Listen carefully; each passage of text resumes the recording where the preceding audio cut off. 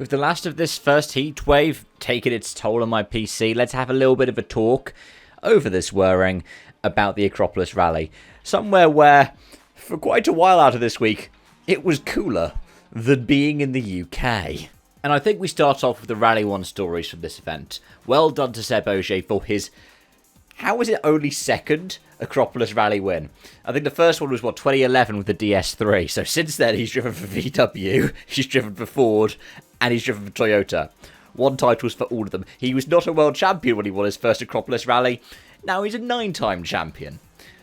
But yeah, he wins by a minute over Thierry Neuville after Neuville picked up a double puncher on the penultimate test. The two of them were separated by only a handful of seconds for most of the 17 stages of this event.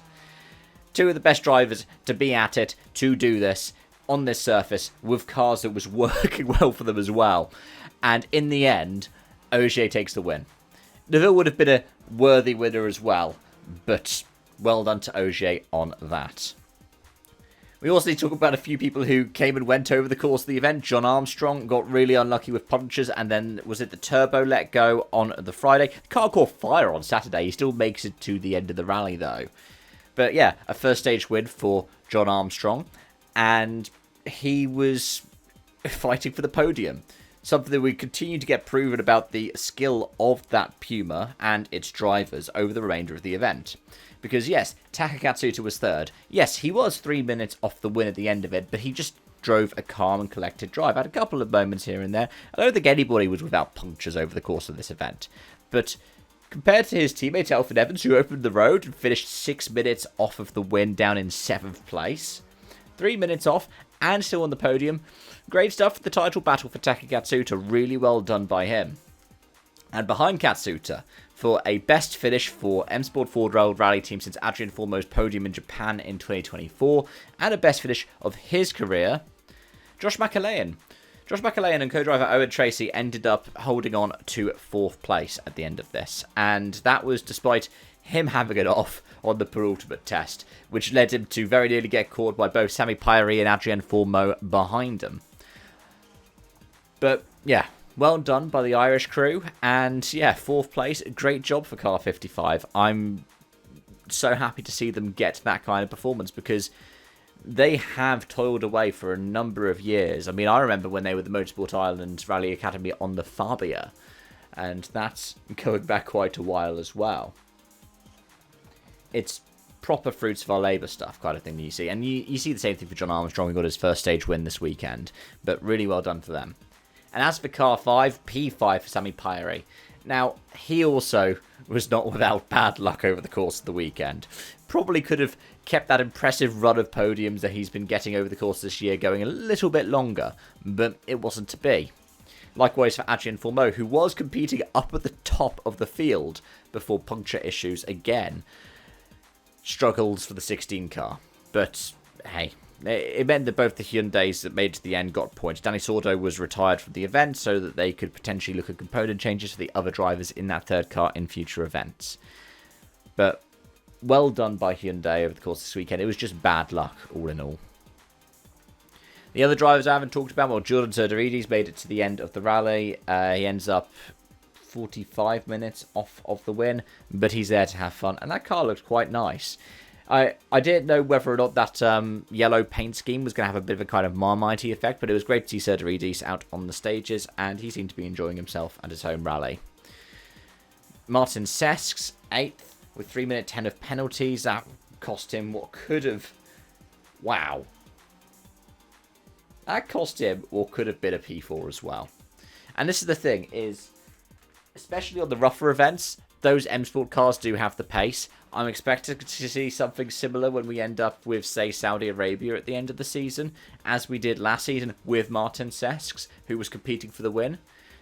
Now, whether or not we see some kind of similar performances over the coming couple of weeks, when we've got, say, Estonia and Finland, remember that Martin Sesks was competitive in his home rally in Latvia, when that was on the WRC circuit a couple of years ago. I don't know. But I think one of the drivers that we do need to talk about a little bit is the one Rally 1 driver I haven't discussed here, which is Oliver Solberg. Another mistake.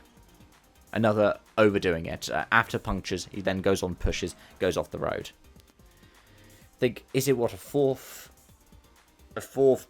into Super Rally in 5 events or something for the young Swede. And it reminded me of a lot of what we saw early in his career. Remember when he was first in Rally 1 right at the dawn of it in 2022? We saw that kind of thing. Heck, Rally Finland, he crashed in the first proper corner, didn't he? He has the potential. We know that. We've seen when he wins. But he's just had that rotten run of form, that rotten luck, and those few mistakes. Granted, it's his first proper full season at the top flight of the WRC. I don't really count 22 for that. But, yeah.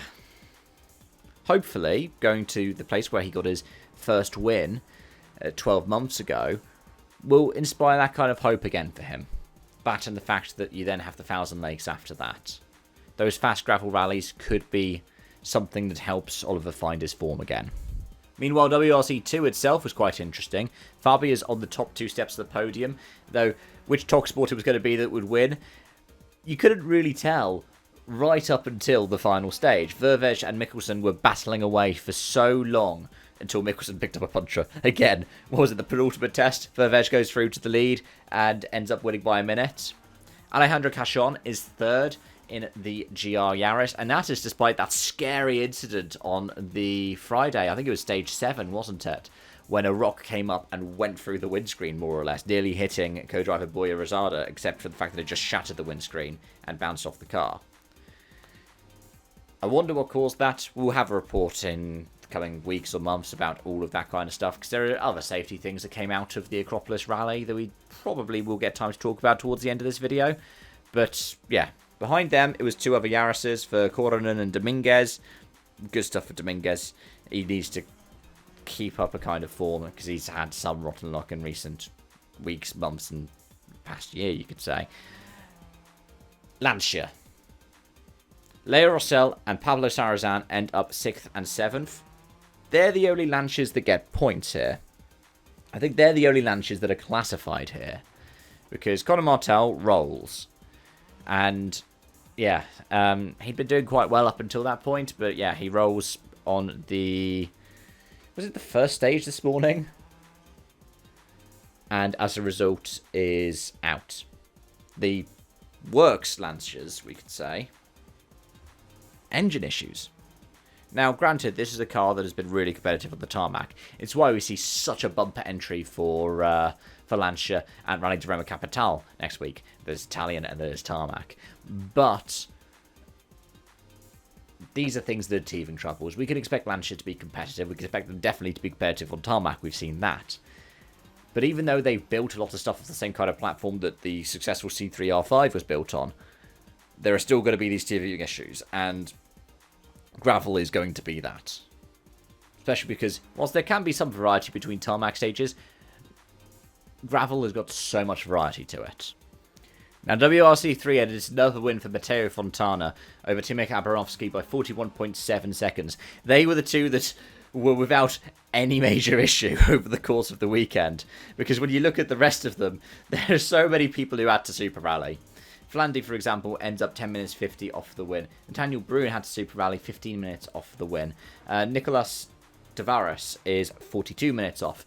And poor Gregor Bonda, 1 hour 21:31.9 off of Fontana at the end of it. Was it 2 Super Rallies for the driver of the 57? But let's briefly talk safety. I mentioned the rock that happened to Cachon, but at the same time, we saw the stage 12, I think it was, wasn't it? Got interrupted because some spectators got into a not so secure place and decided to move by walking onto the live stage, which caused a red flag. Yeah, this isn't the first time we've had these issues this year in the WRC, and actually, compared to what happened in Portugal, it's rather small fry. You know, Portugal, you had 2 different support vehicles enter the stage, one of them being a flatbed truck, because they were guided by, supposedly, what was it the report at the time said? They were guided by something like Google Maps or Apple Maps or something onto the stage, and didn't follow the officially presented route. But, yeah, it's never really a good look for the sport when you see these kinds of things happen. These freak accidents do happen. But, yeah, just lucky that everyone was safe. That's the most important thing at the end of all of it. And let's briefly talk tyres, even though that I know the mention of Hankook is going to send Sebastian Ogier into a rage somewhere, either in Greece or, if he's listening to this by the time he's gotten home, Germany, over there. Unless he's going off to Gap. Either way, Hankook came to Greece with strengthened tyres. At least that's what they said. And yet, how many punctures were there in this event? Now, part of that is you can't really prepare for these kinds of punctures. I think I said this, actually, after Portugal. Because Ogier, again, there complained about punctures, complained about the Hankooks. He loves to complain about the Hankooks, but he used to complain about the Pirellis as well. I can't remember if he complained about Michelin's, but he loved complaining about the Pirellis, and then when Pirelli went, he started complaining about the Hankooks. This is the tough thing with rallying, is sometimes it's absolute luck of the draw. You can see these random mechanical failures happen that the part suppliers weren't prepared for, or in the case of the tyre suppliers weren't prepared for, or even if it's an engine that lets go, that the manufacturer won't be prepared for. I mean, I remember, 2018 Rally GB, Oyt Tanak ends up damaging the sump guard, oil comes out. I think that was twice that happened to Tanak that year, because I seem to remember he had to retire outright from Sardinia due to engine damage. And then, of course, Sardinia 2019, he clips a post, loses the win to Danny Sordo. That was actually being broadcast as one of the most dramatic power stages in WRC history just before the power stage. So that one is somehow fresh in my memory again. But Hankook do the best that they can. The problem is building these tyres for competition versus building them with road relevance. Michelin only want to do stuff that could be road relevant. At the same time, Hankook have a similar kind of ideology to it. Whereas when you talk about Pirelli or when you talk about, let's say, MRF, they are looking for competition tyres. They don't have as much of a market presence. So the case of MRF there means that they will have more competitive things. Pirelli, they just like to see their name up in lights in comparison. That's why you see Pirelli doing the F1 stuff for years and years and years and years and years. It's why you see them, when they were in charge of the tyre for rallying, having these uber competitive tyres that you could push to the absolute limit. It's why drivers like Carlo Rompera struggled when we switched from Pirellis to Hankooks a couple of years ago, because he was like, well, actually, I can't drive the same way that I could on the Pirellis, because the Pirellis were built as almost purpose-built rally race tyres that you could lean on a bit more, that you could slide through a bit more. They had punches all the time as well, remember? But the difference is with Hankook, it should be in theory closer to a road tyre. It's what we see in Formula E. But it's up to you as to whether or not you think that's a good idea. And because I've been talking for nearly a quarter hour as of me recording this, let's talk about the standings and just wrap up there. Elfyn Evans continues to lead the WRC on 158 points. Taka Katsuta has closed the gap though. It's 151 for the Japanese driver. Seb Ogier is up to third now. With the maximum 35 points from this weekend, he ends up at 125 points. Jumps ahead of Sami Pyre, he's on 114. And it is 5 Toyotas in the top 5. Oliver Solberg's in 5th on 103. All the drivers that are above 100 points are all the Toyotas. Just casually, you know. Behind them you have the Hyundais, 6th through 9th. Formeau on 97, Neuville on 95. What could have been for Neuville? He could have broken the 100 mark and probably gotten ahead of Oliver Solberg had it not been for that puncture. Hayden Paddon then on 21. Esapekka Lappi also on 21 for joint 8th and 9th. Just ahead of the, rounding out the top 10, Johan Russell on 20. As for, let's say, the WRC manufacturers, I think Hyundai, do they manage to get a little bit of an advantage in this one? I think they do. Well, they might just about lose out because of the way that these things are calculated, thanks to manufacturers and teams. But it was one of those ones where it was looking okay for Hyundai up until the issues for Formeau and Neuville on the final day. Because, again, Taka Katsuta, I don't think was nominated, or was he nominated for points on this one in the end? I didn't think that he was going to be nominated for points. In WRC2, for the drivers, it is currently Rupert Cordonen with the lead, but then he has 4 different scores on the table. Alejandro Cachon has 5 different events on the table. 4 of them he has scored at. He's on 61. Leo Rossell has 4 rounds on the table and is on 60 in third. Then for Grosjean and Johan Rossell, it is rotten luck, really. 56 and 52, and they've got a handful of rounds under their belts each. So we'll have to wait to see what happens there. But right now it's Toyota, Lancia. The lead Skoda is Robert Vervej, who has 2 rounds under his belt. Both of them wins. It could end up being anybody's battle still. Mikkelsen, on the other hand, has 4 rounds and 44 points. So we don't know. Heck, even Sunnen in 8th. 2 rounds, 42 points.